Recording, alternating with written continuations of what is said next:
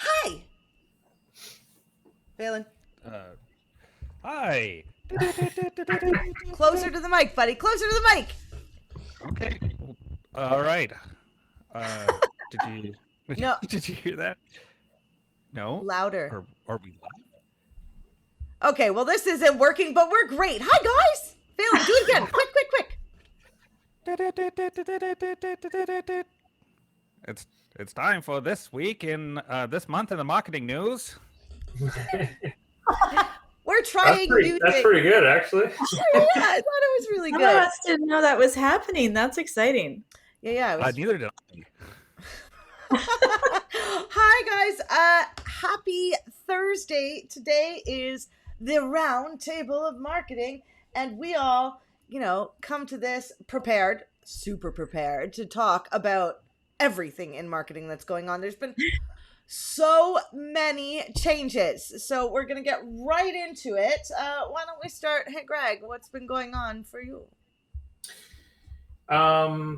Not a whole ton, but one of the things I wanted to bring up, which is something that I think I've pestered people maybe a little bit over the past couple of months, is getting rid of their page builders in favor of the native WordPress new block builder, formerly called Gutenberg, which I'm myself trying to get away from calling it Gutenberg. Gutenberg. So the block builder, as everybody knows, like its first implementation was almost a disaster. Like it really didn't work yet as intended. It was their first attempt at trying to get it to the point, or start getting the editing process to be more like how you see in the page builders. And it's advanced a lot lately. And I am basically telling everybody to stop with the page builders and go to the Gutenberg or block builder process. For one, because of web core vitals. Block builders notoriously are not great for scoring when with your core web vitals, which is going to be super important coming up very soon here. So making the switch from a page builder back to the block builder will be a major advantage for making sure you don't get dinged for those SEO scores. And the second thing is because it's advanced so much to the point where you can almost do whatever you need to do with it that you can in a page builder like Elementor. There's a new item coming out for it where you'll be able to insert dynamic content. So what that means is you can select the blocks that you want to use on the site and be able to dynamically pull in additional information from your site if you've used advanced custom fields to create additional fields in your site to control things, or custom post types. So that's going to be a huge game changer for the block building process. And if anyone has questions about the block builder itself, feel free to ask in the group. I'm more than happy to take this online into the group to answer a lot more questions. But that's what's going on with WordPress these days. Interesting. It is his day, guys, so make sure to ask those questions because he's supposed to be Mr. Monitor, like the hall monitor in the group. But as you can see, I actually have a couple of articles I will share later. Oh, that'd be great. Yep. I wanted to say Jonathan's here. Hello, Jonathan. And Richard's here. Hi, Richard. Richard's a fellow SEO geek, and I'm loving our conversations, I have to say. Okay, so that was website stuff. Thrilling as usual. Valen, is there any Shopify stuff, or Rena, any other web stuff that we should totally know about? So one thing I would say that would build off of what Greg had mentioned is those web builders have been, or the page builders have been having a lot of security issues recently. So that's another reason to maybe move away from them, is that they're becoming, they're having some more issues. One other thing that that we had talked about in the lead up to this was the introduction Google is doing with Flock, and how the systems like WordPress and DuckDuckGo are going to be trying to block Google from collecting data for Flock, which Flock is it's a new cookieless future that they're going to do for creating audiences, and it stands for Federated Learning of Cohorts. It's a really fancy way of saying, you do a certain activity on the web, and then you get put in a group, and then Google controls that audience. I did go back and look at that article that I had mentioned, and it's not a done deal yet, but WordPress is still considering whether or not to block Flock. So it's not an absolute they are yet, but it's a consideration they're making. But I know a lot of places are considering blocking it. So yeah, and even WordPress just saying we're considering doing something. They did this with React when they built the whole backend using React, and Facebook had a little bit in their terms of service, and they said maybe we'll move away, and then Facebook on a dime just changed it their policy. So because there's so much of the internet, they do, even considering it has a big impact. What is it? WordPress owns like 30% of websites are on WordPress. Is that right? Yeah, it's some 30, give or take. 33. It fluctuates, of course, but it's a huge portion of the web. It's by far the biggest. Yeah. Oh yeah. Remo's saying yes. He wants to hear more about the security. Security seems to be our future, right? I mean, honestly, I remember thinking a couple of years ago, if I got into security, or I don't know what else I thought. Security is a big one. If you want to get into that field, you'll make tons of money in the next 10 years, right? Right. Yeah. So, ooh, and Richard's saying he deals with Divi and Elementor, and try not to anymore. Is Elementor as cumbersome as Divi with all the code when you get a new website? No, Divi's by far the worst because it does put all of those short tags. So if you want to get away from it, it's difficult. You basically have to rebuild everything. It's not easy to get away from really any of them, but Divi is by far the hardest. It leaves the messiest code behind when you try to get rid of it. Richard's saying he does the coding himself. Well, I can't do that. Greg can do that. Phelan can do that. Rena, I think you can code a little, yeah? I can make my name show up somewhere in different colors. Hello world. That's right. So Rena, I'm gonna move it over to you because you had some interesting. What's going on? A few things. Social. Yeah, so there are quite a few things. I'm just looking at my notes here if you're wondering why I'm not looking in the green little button. But all right, so Facebook is coming up with neat things, some neat things, some not so neat things. You can now schedule stories for Insta and Facebook and Creator in Business Suite. Now here's where I get a problem. It is Business Suite. It is not Creator Suite. It is not Business Manager. It is Business Suite. And it's that annoying thing that's been popping up. And I was hoping it was just going to be an intermediary platform to get businesses onto Business Manager, but it's not. It looks like it's going to actually replace a lot of the features, the business features that you see on the front end. So it's replacing things like insights are going away. I know, don't shoot me. But they're going away. And right now we're talking about Creator Suite. That's on the desktop version, not on the mobile version. So if you look at the mobile, sometimes we do some posting from there or at least moderating. We do a lot of moderating from the Creator Suite app, which used to be the business pages. It was called Facebook Pages app. Then it changed to Creator Suite. So you can't do any of the scheduling on the app on your phone, but you can do it on the app on the desktop. So that's two big things. Let's see, what else have I got here? That's a lot. Yeah, I think so too. Right. Yeah. Big old disaster. I absolutely understand that. I agree with that too. Also, they really throttled the Instagram algorithm in April. So I just want to say that I can't actually address that at the moment. I don't have the details of why. I'm not even sure the details are out there. But if you're a small business owner and you've been working your butt off to get Instagram engagement, it's not you. It's not you. I just need to make that super clear. Everybody is suffering from that. So we'll see how that levels off, or maybe increases, or we'll figure out what our strategy is coming up in the next few weeks. What else have I got here? Oh yeah, and then the last thing for Facebook is that the clone for Clubhouse has been revealed, and it's this kind of weird mashup. Yeah, I know. It's called Hotline, and it's a little mashup. It's sort of in between Instagram Live and Clubhouse, so it Sounds works like kind a of the same. dating app. I know. Yeah. In fact, that's how it'll get used at some point, like every Yeah. other platform, right?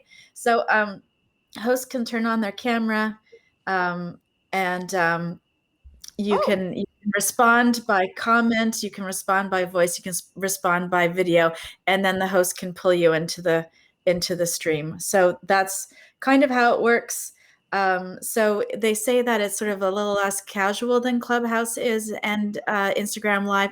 It'll be really kind of an interesting tool for businesses, I think, because you'll get that sort of immediate engagement, but on a more engaging level than what Live can even be, I think. So we'll see how that goes. But again, it's been rolled out slowly, so you may or may not see it already. Interesting. Right.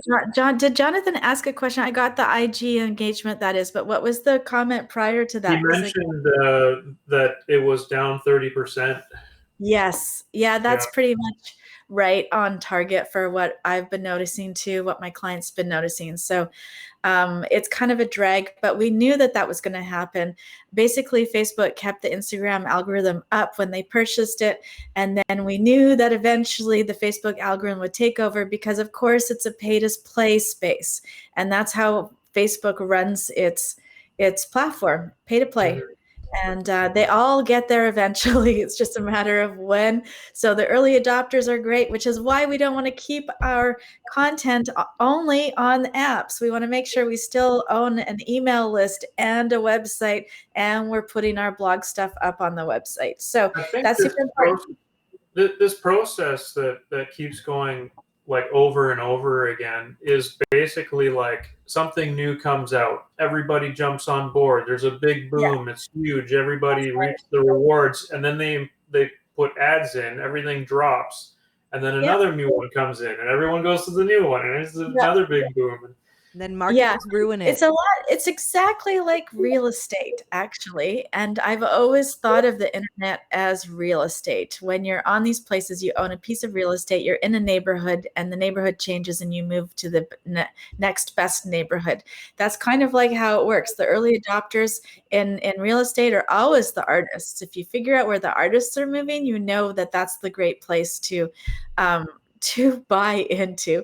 That's a really good analogy. I like that one. That's true, because that's what happened in Vancouver. I mean, everybody the artists lived is now like Lululemon, blah blah blah. That's right. That's awesome, right. Though. I mean, so back on the topic of people owning the platforms and you having a hard time moving your content, which I think also feeds into what Greg was saying with the drag and drop editors. The reason why it's such a pain to rebuild is because there's that proprietary stuff that's there that prevents you from transitioning nicely to the next thing.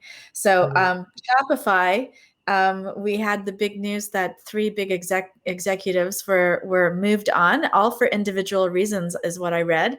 And then they had a big person move. I forgot who it was all of a sudden, but about a year and a half ago, someone else lost. So there's a bit of shifting going on there. I'm not sure how that's going to shake out. I actually am a fan of Shopify. It is it's like a little, it's like a little success platform that I love. I love that it's in small town Ontario and Canadian. Yeah, exactly. It's great. I love it. But you don't own your content on it. I mean, you do, but you would have to actually copy and paste it to get it off. There isn't an easy way. Actually, I haven't looked into automatic ways. Yeah, there is a way that it's set up where you export spreadsheets. What was that, Failure? Oh, you can export CSVs out of the system, and it will come as like a cell, and it'll have all the formatting in that cell. But that's all good. all you get is your data. All you get is your data. Like everything else is theirs. So, as far as I know, like you can't take the site, the HTML. no, exactly. You can't take the site. You don't get But anything of the platform. you don't get the like formatting? it's all rented. Yeah, of course. But do you get the formatting with when you export your data? No. No, all just you get is your raw data. So it's what it is that it's difficult if you decide you want to move from Shopify to WordPress or any other of the platforms for that matter. It's just expensive to do that. If you have like, 100 blog posts, you don't really want to leave them behind. Typically, Shopify developers, when they take someone from WordPress to Shopify, in their proposal, they'll put that they'll take in the previous 10 blog articles or whatever it is. And then you've just lost all your beautiful SEO work that you've been working on for years. Technically, if they're really old blog posts, you should probably pitch them anyway. But you need to I always teach to redo them, not pitch them. Well, I think it's pitch different. and redo. And, pitch and redo. And if you say pitch, you got to be very clear that you need to set up a redirect for that traffic, because most people don't know that. I know, but everyone that I've run into recently, they're deleting their blog posts and just deleting them and they're gone. And I'm like, oh, that makes me crazy, because you've spent all that money writing the post, getting it up there, doing the SEO for it. And then, yes, if it's old, you should be reviewing your content regularly and organizing for that. And that's why, like, big picture, why waste all that money? I guess I'm really, what do you call it? Redo. Yes, redo rather than redirect. I agree. Absolutely, I agree. Right? Absolutely. I just feel like if you're only using content once, if you're putting up a blog post, you're putting links out, you might even evergreen it for like 6 months if you can, or whatever it is. And then you let it sit. And that's not a really good blog strategy at all. It's not a good SEO strategy. It's not a good blogging strategy. It's just, it's not good. It is a strategy. It is, at least you're getting stuff out there. I mean, how many of us have made content and tried to build a business and we're running on all cylinders and we can't get more done? For sure. But the next step is to utilize as much of the content that you've already done, like redistribute, repurpose, redistribute. It's actually less effort to repurpose and redistribute than it is to start from scratch, because at least you've already got the topic organized. That's you know what I mean? I'm assuming both platforms have an import option. I know WordPress does, and I assume Shopify does. And so since I looked into it. When I hear someone say like, "Oh, I'll charge you this much for the first 10 blog posts instead of transferring the whole thing," I think, well, actually, all you need is an export and to import that, and you have everything. There's no like amount of time to do 10 versus that's different to do the entire thing. That's actually really interesting, because I assumed, because a web developer had given my client this proposal, I assumed that it couldn't be done, because why wouldn't you use an export or import function? That would be brilliant. Well, Phelan knows Shopify better. There are import options in Shopify, are there not? Yeah. Guess what? You guys are so off topic. We're off. I know. Enough about the websites, people. I mean, come on now. So much it's more. It's website day. No. That's true. I'm just being all pushy because I want to talk about Google. No, yeah, move along. That's great. I think there's lots to say. Google Ads. I don't know if you guys saw, Rodney did a post this morning about Google changing it. You know how clickbaity titles are. Google's getting rid of ROAS, which is what is it? Return on investment? Return on ad spend. Yeah, return on ad spend. And what else are they getting rid of? Well, they were technically combining CPA, cost per acquisition, and ROAS. Because they're not getting rid of it. No, they're consolidating them. But the way it's worded, everyone thought initially that they're getting rid of it. Well, that was like that blog post about duplicate content. Google doesn't care about Google or duplicate content. And it was all like, yeah, they do. It's just they care about it in a different way than you think. And I'm beating up the puppy, by the way, who's chewing on me. I And see so that. there's so many things going on in Google right now. So the Google ad stuff, they got rid of a match type. I had to write down this stuff for the month. So we used to have broad match modified, phrase match, and exact match. We now have broad match. I'm going to kill the puppy. We now have broad match modified, gone, out of there. And not only have they taken away the search term report, they took away a match type. And what's the other thing? They've done some automatic things, right, Phelan? Yeah, so they've been by default they have like after 14 days automatic suggestions get added, and now they're extending this.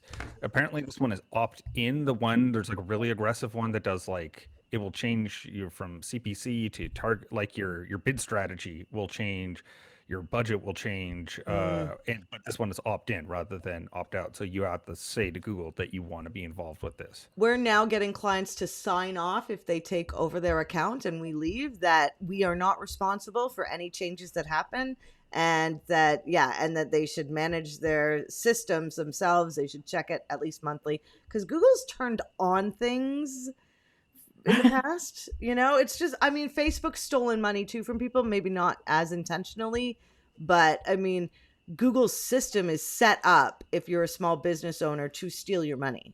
Like, no word of a lie, right? We all know that. I don't know, is Facebook like that too? Do they just flip on ads? Not that I'm aware of. I haven't noticed anything like that. No, usually when there's a problem with money, taking money from clients, it's usually their account was compromised. Yeah. We got one of those. They gave us all the money back though, right? Yeah. They did it yeah, they're pretty good at that, but they can reprimand the account. Like they can sometimes close down the business manager account. Right.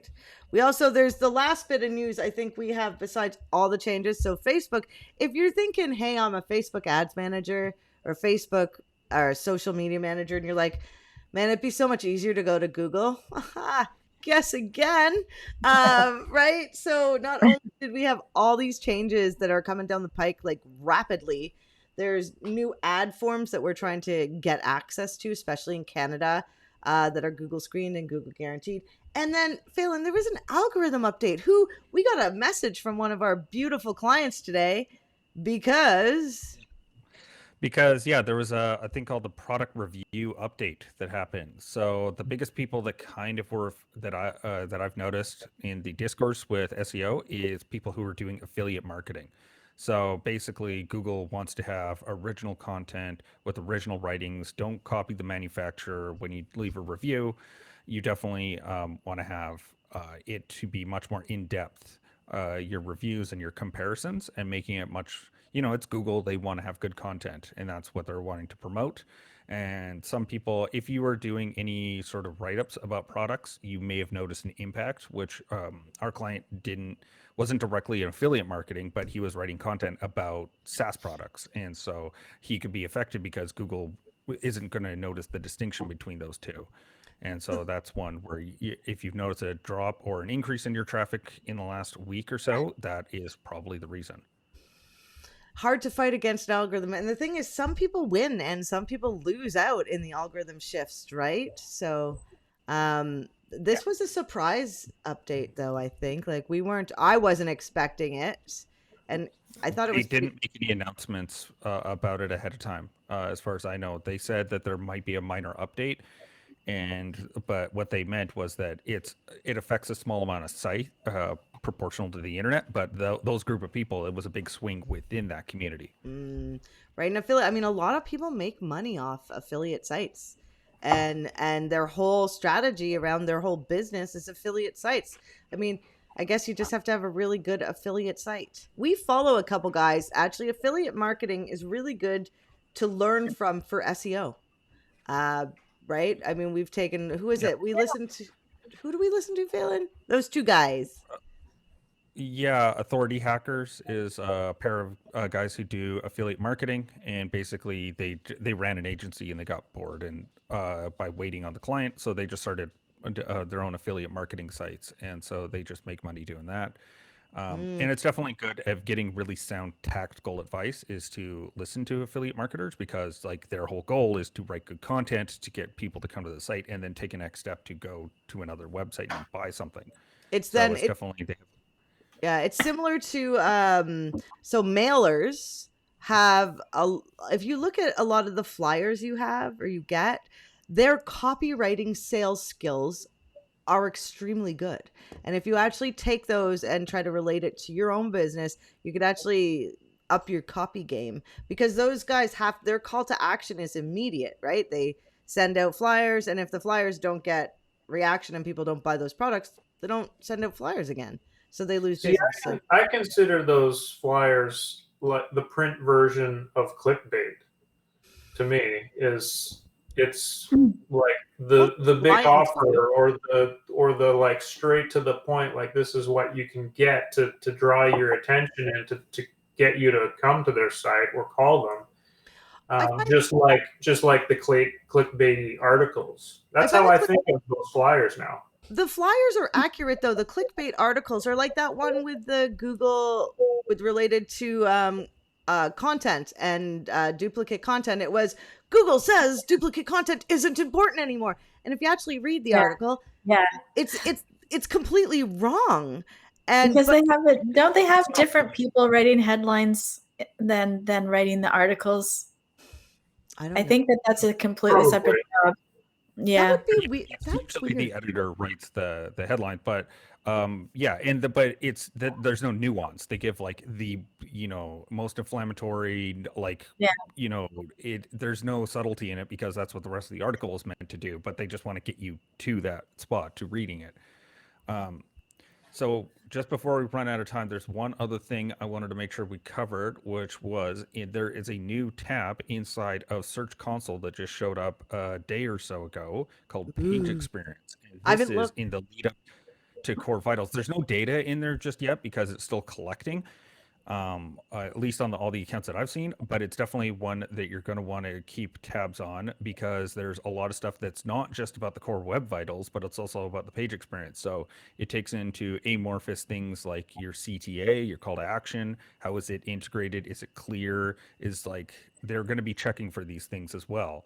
So it's going to be interesting how Google is going to roll this out in the future. So definitely for people who are doing SEO, something to keep in mind as well. Well, that's really interesting, because Search Console does a lot of we get to learn a lot about the keywords we're ranking for in there. So learning about if our CTAs are working, that'd be really interesting, right? Nod. Yeah. Yeah. It's one, well, and again, it's one where how is Google ranking this and how are they tracking this? Greg doesn't care about Search Console. I'm just playing, but there are two other items that were improvements that Search Console implemented recently, which were Regex Filters and a Revamped Comparison Mode. Interesting. I don't know if you guys know about those, but those were enhancements that they've made recently in Search Console. We do regex stuff in Google Analytics. We don't do it we haven't paid much attention. I got to go check out Search Console. Just let me say, damn it. I teach Search Console and I have to change my content now. I know, I hate that, right? At least it keeps you up to date. I think that's the best. Just when you feel what's going on, they go and change it on you. Right. Well, if we think about this in 10 years, where is marketing going to be? Where is it? Because I'm going to have my VR set. I'm not even going to need the set. I'm going to put on some special glasses and it's going to be like, Pip, we have this nice dress for you, Blow. It's going to be like Total Recall, or Minority Report. It's going to be a single button. It's going to be turn on AI. I don't even think it's going to be anything to do that. I think what's going to happen is it's going to be integrated into our homes. Like I listened to this podcast on what are those things called? The Google thing that you put in your home and it does Google things. Home? The Nest. Thank you. Clearly, I don't have one. And one of the things that I read was that companies will be actually positioning their products on that Google, so that when you ask for them to order you toilet or put toilet paper on the list, they're actually only selecting the toilet paper from the company that has paid for that spot. Interesting. Yeah, that's Google so- Keep, right? So Google Yeah. Keep, you're not putting like Charmin on your shopping list. You're putting toilet paper. I mean, Kleenex is a Yeah. weird one because that's a branded term, right? So that's Yeah, but that interesting. apparently this is where they're seeing marketing going. There's going to be, levels of search that you can get from those devices, and then they will only provide you with a certain amount of information. There will be no net neutrality. Right? Net neutrality. I want to do a whole topic on net neutrality. Please, can I do a topic on? We a should. whole lot? Aura's joined us, and Jonathan's saying he loves his Google Home. It controls. Me too. I actually, if you're interested in this stuff and you do SEO stuff, sign up for. You guys should do this. Sign up for Apple Maps for your business because of Surrey and because who uses Apple, and they look for businesses and they use their phone, right?